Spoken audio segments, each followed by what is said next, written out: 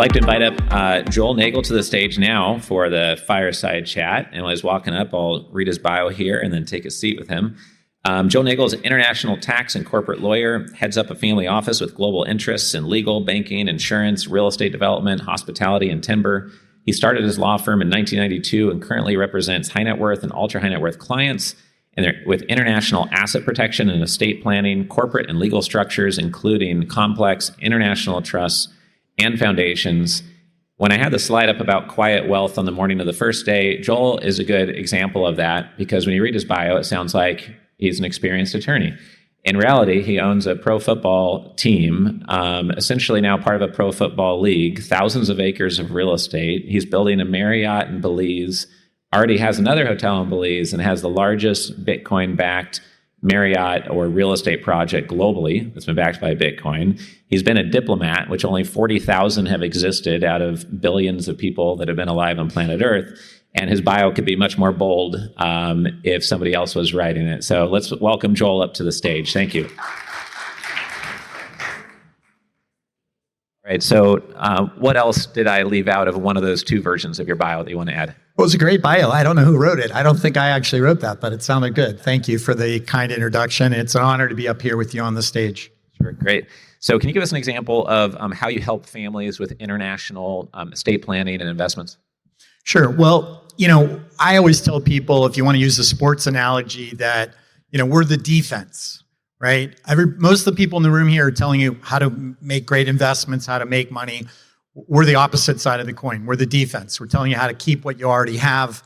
If you remember the older people in the room, the old E.F. Hutton commercial about it's not what you make, it's what you keep. So that's what keeps us up at night. We are really focused on asset protection, estate planning, generational wealth transfers. And, I'm honored to be in the same seat as Grant Cardone, and I agreed with almost everything he said, except one thing he said, which I full-heartedly disagree with, which was about, people don't really mind if they lose other people's money. I promise anybody in this room that I would much rather lose my own money than any of my clients' money. I have made bad investments, but on the other side of the coin, when it comes to the legal structures we've created for clients, we've never had a client lose a penny in 36 years. So that's our promise. And I would go to great lengths to make sure that I can say that statement my whole career. Awesome. Thank you. What do you think is core to your success that is really massively undervalued and overlooked by other people who maybe think how they know you became successful? But what do you know is really at the core of your success? I think it's a combination of one, having, we have a core expertise. We stay in our lane. We get asked all the time, can you help with this? Can you help with that? So we say no a lot. We know my background is as a tax lawyer. We moved into asset protection and estate planning, and we do it at the global level. So we work in, I think last count was about 43 countries. We've created those types of structures. I was just at a conference in Palm Beach, and a guy said, hey, can you set up a trust for me here in Florida? I said, no, I can't, but I can introduce you to somebody else. And he said, well, why not? Can't you just help me? You're a lawyer. And I said, well, we have our area. We focus on it. I think if you, like Warren Buffett said, you stay in your lane, you protect your basket, that's really important. And so you couple expertise with empathy and caring. We care deeply about our clients. We want to make sure that they're successful with whatever they're doing. And I think that intersection is what's made our law practice successful 36 years. And the law practice is what sprouted virtually every other thing we're going to talk about. Awesome. Yeah, I think one reason that Joel and I get along is he naturally represents what I think makes a lot of people like him super successful. And we teach here at Family Office Club because basically he does something that's more unique, not the domestic, but international trust and estate. But also you've built out the strategic platform of companies, essentially. When you first started as an attorney, did you have this vision to build out the strategic platform with all these different components that help each other, or that just naturally unfolded? Or Yeah, it's a great question. It's kind of somewhere in between. We decided early on we wanted to be in our lane, but a guy doing international work in Pittsburgh, like my phone wasn't ringing off the hook. So what really happened was we had more time than money. And clients would come to us and say, hey, we're working on this project, but we don't have money to pay you. So early in my career, I just rolled up my sleeves and said, oh, no problem, we'll help you anyways. And that's how I got exposed to a lot of different companies. A number of them were successful. They asked me to serve on their boards. I think at one point we served on 25 boards globally all around the world. And we were talking about this at breakfast. The problems that one person would have would be similar problems that another person would have in a different country, in a different business. But you would see certain patterns emerging over and over. So just being willing to take on projects, we would do that, not really pro bono, but like more success-based projects. We did them in things we were interested in. So if somebody came with something we weren't interested in, well, they had to pay us. But if they came with something we were super interested in, they couldn't pay. We would do it anyways because we had more time on our hands. And those over the years those seeds have grown into a lot of the great businesses that we have today. Awesome. Great. So you own not only a pro football team in Europe, but also, and this is like American football, not European football, but also now a league as well. So how did you get into that area? Yeah, great question. Well, again, we tend to invest in projects based on the people involved. So the person that originally approached me was our attorney. We live part-time in Austria. And our attorney, who's a tremendous guy, you've met him, Robin Lumsden, he's Special Forces, retired. He's a lawyer. He's very politically active. He was a quarterback himself, and he was at a point where he was taking over a team that had been around for a long time, about 50 years, the Vienna Vikings, the most successful American professional football team in Europe. And he said, hey, I'm taking this over, and I'd really like you to be involved. I know you're a huge Steelers fan. You've grown up around football. Would you help me? And I thought it was just going to be this little passive investment, but one thing led to the next, one thing all the teams had in common was they all really disliked the league that we played in.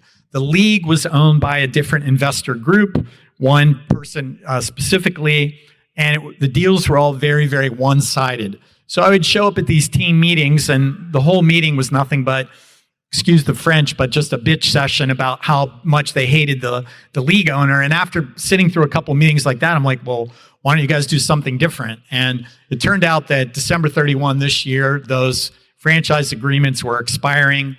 Our league season ended in September. So we announced right after the season ended that we weren't going to play anymore in the old league. We started a new league called the American Football League Europe. And now almost all the teams that were in the old league called the European League of Football have joined our league. We also have added a couple expansion teams. One of the cool expansion teams, for example, is from Monaco, owned by the royal family. We have teams that are owned by entrepreneurs like us, but there's also teams owned by super wealthy families. The Innsbruck team, for example, is owned by the Swarovskis, the Crystal people, and it's been a great platform to get to meet and know other people. So it was really just, taking over the league was really just solving a problem. Mostly we just wanted to have a great league for our own team to play in, but now we see a lot of very good, interesting things from an investment standpoint, but also just, like you said, relationships are really important. So getting to know people all around Europe in 7 different countries, wealthy, successful people, we all have one goal, and that's to build American football in Europe. And fortunately, with what the NFL is doing, they have 4, 5, 6 games a year in Europe. It's kind of like the circus coming to town. They show up and, 50,000, 60,000. I was just in Berlin at a game. 80,000 people showed up for that game, the Indianapolis Colts game. And so, but then, the circus packs up and leaves, but we are the top professional product in Europe. So we're very bullish. If you look, we are very tiny compared to soccer in Europe, but we are by far the fastest growing sport in Europe. I think the last numbers I saw, we're growing at a year over year of about 33% a year in terms of growth, attendance, TV viewership. It's all just off the Richter scale. And the more the NFL does, the better it is for us. So we're really happy with that relationship. Great. Yeah, thank you. We did a Centimillionaire Strategies event in Vienna in partnership with Joel. And my daughter got to do the coin flip on National Austria TV to kick off the game, which she loved to do. So appreciate you doing that. You worked with some people that started in crypto. You were saying this morning that got in at 50 cents. They stopped buying at $10 because they thought that was ridiculously expensive. And so many of them have become centimillionaires, decamillionaires, billionaires. So any advice for people in the audience who would like to work with more crypto investor types on what you've learned working with them? Yeah, I mean, well, first of all, crypto people are very down to earth. They tend to be somewhat, anti-government, anti-establishment people, particularly if they were buying back then and they held it. Because most of the people in the room, if you bought an investment and it went up tenfold, 100-fold, 1,000-fold, probably most of us would have sold and taken some profits. So the people that got in early that still have all their Bitcoin, they are special people. What I find and what we were challenged with as attorneys was helping these people to leverage their crypto without spending it. I had one guy say, hey, I love Bitcoin more than I love my wife. So you can make a lot of suggestions, but the one suggestion I don't ever want to hear is that I should sell my Bitcoin. Not only the fact that if your basis is 50 cents and it's trading at whatever, $94,000, you're going to have a huge tax consequence. So we've been at the cutting edge of trying to use Bitcoin, not necessarily as an investment, but as a tool, a financial tool. That's the part I think most people still haven't grasped. And we've worked with some really good people. You mentioned the Marriott Hotel. We're building a hotel in Belize where, the banks are really small. So getting bank financing in Belize was almost impossible. Getting North American banks to lend on a hotel in Belize was impossible. And so we were trying to figure out what to do. In that case, we got a very large Bitcoin owner to agree to pledge Bitcoin, but we were very concerned about the volatility of Bitcoin. This was, 3 years ago. And so we also worked with a hedge fund in Miami that came alongside and partnered with us. And they provided these doomsday hedges so that, Bitcoin is so volatile. So if Bitcoin went down, which it did, I think when we did the deal, Bitcoin was around 40,000. And at one point, Bitcoin dipped under 15,000, which meant our project was no longer collateralized, but for these doomsday hedges that were worth, $100 million. And I'm telling my partners, why don't we just sell those hedges and we make a bunch of money? And they're like, well, you can't because it's what's propping up the loan. Now Bitcoin went back up, the collateral was safe, and the doomsday hedges are worth nothing. So that's how that works. But I view Bitcoin as something I want to hold long term. It's for my kids, my grandkids. But in the meantime, I want to use it. I want to enjoy it. I want to use it to buy property. We've done that personally. Our family, we've leveraged our Bitcoin to buy properties around the world, and that's been a nice benefit. So there's lots of ways you can look at it. I also heard Grant say something about it doesn't produce income. Not true. There's lots of ways. I'm sure a lot of people in the room know, but for those of you who don't know, crypto in this day and age actually can generate a lot more cash flow than putting your money in a bank or brokerage account where you're just getting interest. Right. Got it. And speaking about banks, you own multiple banks yourself. Why do single offices want to own banks? Because I'm guessing it's up there more painful than RIA, way more painful than broker dealer. It's probably up there around going public, owning a bank with all the regulations. So what are the strategic benefits that really motivate you to own a couple of banks? Yeah, that's a great question. And you're right. It is painful. I'm actually not that involved in the day-to-day operations, but one of my lingering jobs with our bank in Belize is to be the chief person to interface with the central bank. And whenever they send me a note, it's usually not, hey, how are you doing? There's usually something that they're upset about. We have to solve some issue or problem. So banks are highly regulated. In Belize, we have that's the headquarters of a real estate development company. We have real estate projects in 7 countries around the world. And we found it was very difficult for our North American clients to get financing for the same reason I mentioned about the Marriott Hotel. So we started this first a mortgage company back in the 90s. Early 2000, we morphed into a bank. My goal from day one was that it would not only finance properties from our development arm, but it would really be an economic development tool in the region. We keep that focus. We're involved in a lot of community things. We have a annual toy drive that is coming up in Christmas time. I think last year we gave away 1,500 toys. We support a lot of things in the community. Our shareholders and our depositors will use the bank as a conduit for environmental things, protection. We support a bird sanctuary, the zoo in Belize. We're really involved in the community. And so that part of it I really like. We were recently named the best offshore bank in the world. So happy about that. And one of the challenges in Belize is they don't really yet embrace crypto. And we have so many clients in that space now that last year we started another bank in Nevis. And actually, it's that was the main reason. There's some overlap, but it's a little bit more crypto focused. Got it. Awesome. When you look at your clients that are worth $10 million and then clients that are worth hundreds of millions or over 100 million, what do you think is like the one or two things that really separate them? Like, why do some people become very successful, but around 10 million-ish, and others are worth hundreds of millions of dollars? Besides, right place, right time, where you bought, Bitcoin 15 years before everybody else. I mean, what else separates them? Yeah, that's a super great question. I think that sure, right place, right time, right business. What age they are when they hit that, that curve. We've been sort of I wouldn't say we're the fastest, we're not the slowest, but I'm 60 years old to get to where I am. Whether I'll hit the billionaire stage, I don't know. I guess it depends how long I live.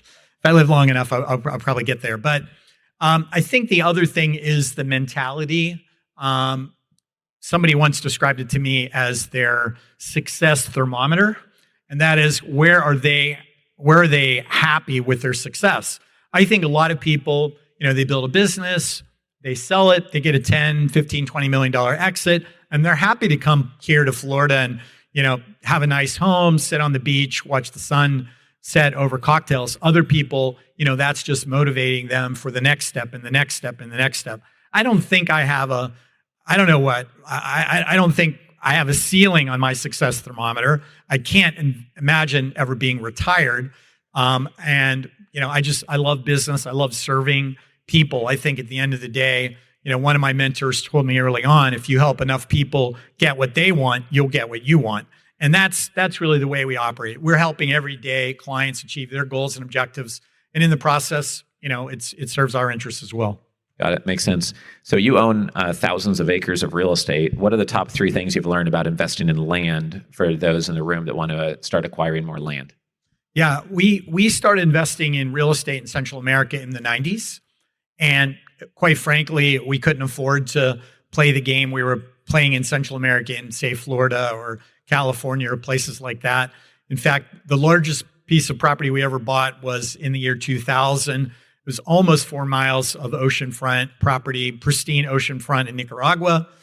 And, super out of favor. People were like, are the Sandinistas going to steal your property? I said, well, Daniel Ortega was a 26-year-old revolutionary when he came to power. Now he's a 72-year-old billionaire. I don't think he's going to mess with the status quo at all. We've never had problems in Nicaragua. We've developed since 2000, we've developed that property. We've maybe developed 10% of that property. It's 3,000 acres. We have a golf course. We have over, I think, 100 homes, over 100 condos. My grandchildren's grandchildren will still be developing that piece. So getting in early, getting in at the right time. Same with our financial services. We just see opportunities in other parts of the world that are less served than here in the U.S. Quite frankly, we don't have the competition that we have here. And, saying we're the best offshore bank in Caribbean and Central America, that's like saying we're the tallest midget. I'm happy that we have that award, but I'm not going up against UBS in Switzerland. I'm not going up against Chase in New York. I have a certain group of banks that we're competing against, and we do very well in our space. Great. Yeah. So I wonder sometimes, how did the people who invested in Bitcoin at 50 cents have that courage? How did you have the courage to buy 4 miles of coastline in Nicaragua decades ago when there was danger of military coups or corruption, et cetera? Is there any insight on I'm so glad I did that, when most people would think you were crazy to do that maybe? Well, first of all, on the crazy part, there are a lot of people that say we're crazy, but we don't just go in without looking at the downside. I think, again, back to the defense and our firm, we're focused on that a lot. So, for example, in Nicaragua, we bought insurance through the United States government and also through a private insurance, a title insurance. And sure enough, we did have a problem with the one end of our property. not our neighbor, but our neighbor died, and then their children tried to sue us and say that a big chunk of our coast belonged to them. First American Insurance Company fought that fight for 10 years and won that for us. So we did what we could to protect ourselves, protect the downside, but you still have to have a little bit of willingness to take that risk. And the way that I've been able to do it and felt it is with friends and partners, not huge, massive groups of people, but with a group where we talk about it, we debate it. What do you like? What do you don't like? And we also share the risk. So, that property, that massive property I told you in 2000, we paid $3 million for that property. I came back from the closing. My family was in Sanibel Island. And I went straight to the vacation because they were already in the middle of the vacation while I was gone in Nicaragua. I came back. We were staying in this beautiful home on the beach. There was a lot next door that was like 100 feet by 100 feet. And I called the realtor just out of curiosity to see how much it was because my children loved it there so much. It was $3.2 million. So 100 feet, $3.2 million, 4 miles of beachfront, $3 million. You think about that. There's only so much coastline, and yes, there are problems to overcome, but it's worth it. That's I guess my bottom line. We would go in other parts of the world where it's not as desirable as places in the U.S., but it's worth it over time. Got it. So last thing real quick, without repeating any advice you've given so far, what's the most powerful insight or strategy you could leave investors or founders with here in the room? I think try to stay in your own lane, focus on what you know best. Don't compete with other people. There's always a temptation to, particularly as lawyers, but I think financial advisors and accountants, your client comes to you and they have a problem. It's really hard to tell your client, sorry, I don't do that. We do that all the time. We say, sorry, we don't do that. And we lose business on the one hand, but on the other hand, we have lawyers, we have investment people, we have CPAs. They refer their clients to us. Why? Because they know we're not going to steal their client. They know, hey, Joel's firm, they're just going to help them with their international stuff, with their offshore stuff, and they get to maintain the relationship. So I think if you define who you are, what you do, and you really stay grounded and on that thing, whatever it is, then I think you'll be more successful than trying to be all things to all people. Great. Awesome. Let's give Joel a big round of applause. Thank you. Thank you, Richard.